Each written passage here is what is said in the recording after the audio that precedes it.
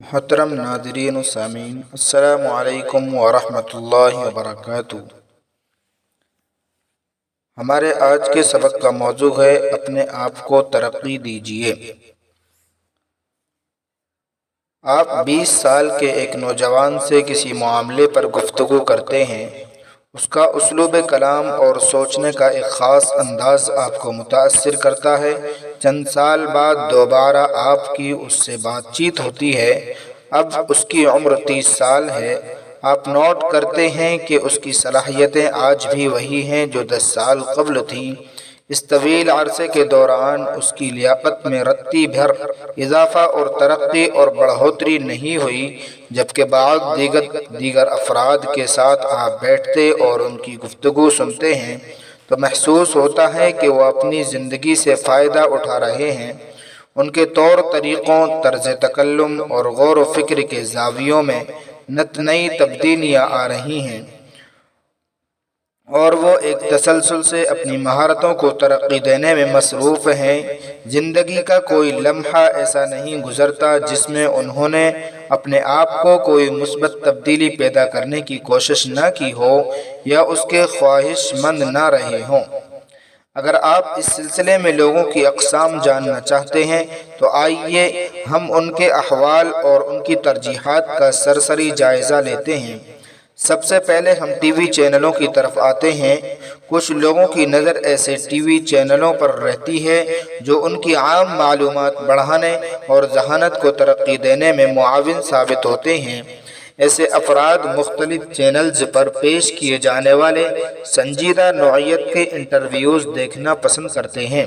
ان interviews کے ذریعے وہ نہ صرف دو بدو گفتگو اور زبان اور فہم و ادراک کے مختلف پہلوؤں کے متعلق معلومات حاصل کرتے ہیں، بلکہ حاضر جوابی اور دوسروں کو اپنی بات کا قائل کرنے کے متعلق بیشتر عمدہ اور معیاری طریقوں سے بھی واقفیت حاصل کرتے ہیں۔ ٹی وی کے ناظرین کی ایک قسم وہ ہے جو کوئی جذباتی ڈرامہ، محبت کی کہانی پر مبنی سیریل، ڈراؤنی تخیلیاتی، فرضی یا افسانوی کرداروں پر مشتمل کوئی فلم نہیں چھوڑتے۔ اب آئیے مذکورہ بالا ہر دو قسم کے افراد کا 5 یا 10 سال بعد تجربہ کرتے ہیں کہ ان میں سے کون اپنی مہارتوں کو زیادہ ترقی دے پایا ہے، لوگوں سے معاملات طے کرنے اور انہیں اپنے نقطۂ نظر کا قائل کرنے میں کون ماہر ہوا ہے، اور معلومات کی وسعت اور ہمہ جہتی کے میدان میں کس نے اپنا جھنڈا گاڑا ہے۔ نتائج پر غور کرنے کے بعد یہ بات بلا خوف تردید کہی جا سکتی ہے کہ پہلی قسم کے افراد ہی اعزاز حاصل کرنے میں کامیاب ہوئے ہیں۔ ان کامیاب افراد کے انداز گفتگو کو آپ پہلے سے مختلف اور بہتر پائیں گے۔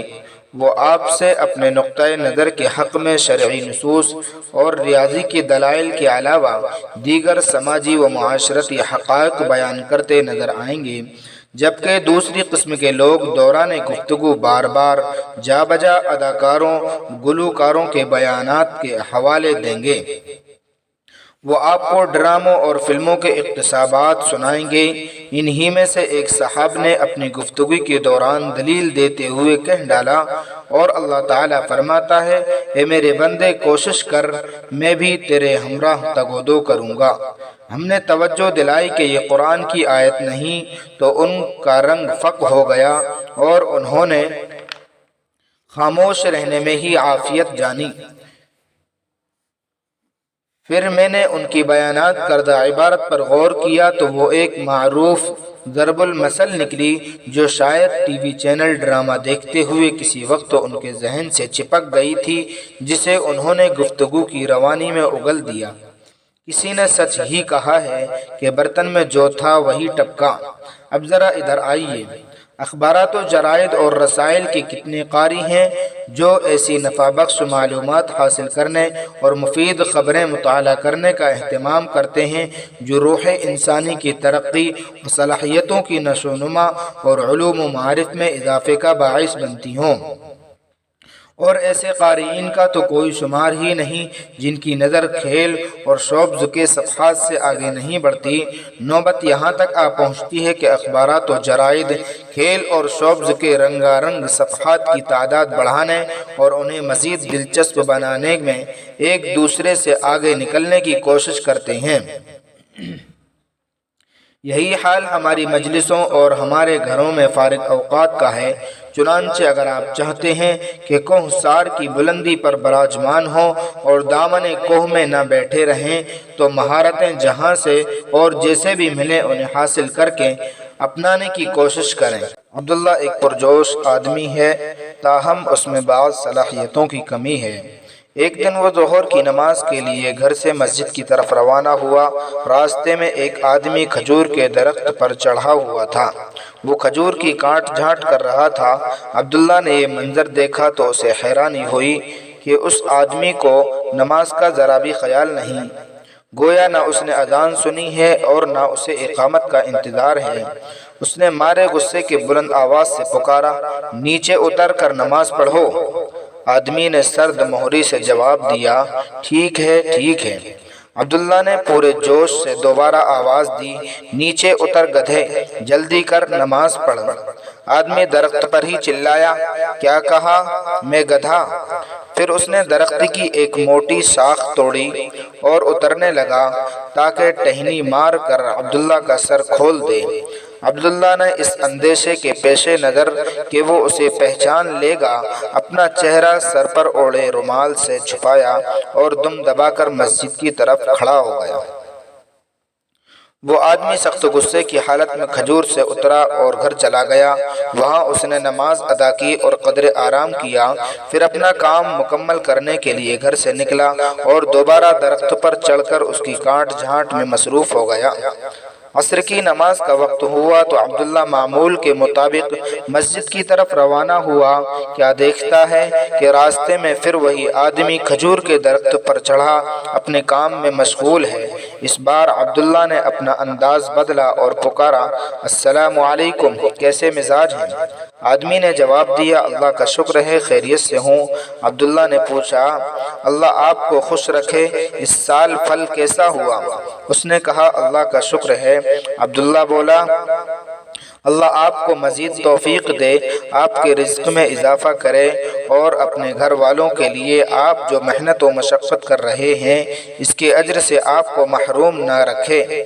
یہ دعائیہ کلمات سن کر وہ آدمی بڑا خوش ہوا۔ اس نے آمین کہا اور عبداللہ کا شکریہ ادا کرتے ہوئے کہا۔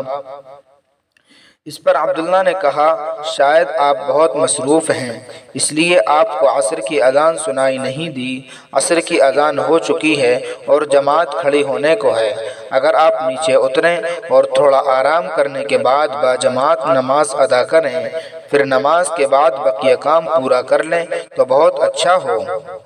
اللہ آپ کی صحت کی حفاظت کرے۔ آدمی نے کہا، کیوں نہیں، انشاءاللہ انشاءاللہ۔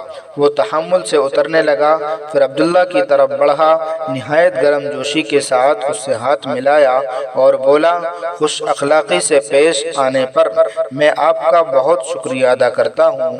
ظہر کے وقت یہاں سے ایک آدمی گزرا تھا، اس نے بہت بد اخلاقی کا مظاہرہ کیا تھا، کاش وہ مجھے مل جائے تو میں اسے بتاؤں کہ گدھا کون ہے۔ نتیجہ یاد رکھیں، لوگوں کے لیے آپ جیسا طرز عمل اختیار کریں گے اسی کی بنیاد پر لوگ آپ کے لیے اپنے برتاؤ کا تعین کریں گے۔